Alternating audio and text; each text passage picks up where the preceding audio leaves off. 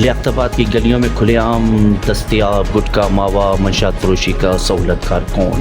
कानून नाफिज करने वाले इदारों को खुला चैलेंज। लियाकताबाद नंबर 10 जहां रोज़ की 700 से 1000 मावे की पुड़ियाँ फ़रोख्त हो रही हों, वहाँ कानून नाफिज करने वाले इदारों की खामोशी यकीनन मायने खेज है। बिला डर व खौफ गुटखे का कारोबार अभी तक कानून की गिरफ्त में ना आ सका।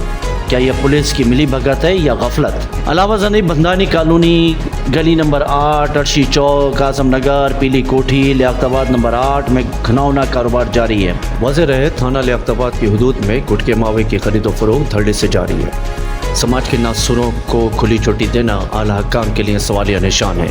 वहाँ की आवाम का IG सिंध और आला हकाम से इस मामले में सख्त नोटिस लेने की दरख्वास्त की जाती है।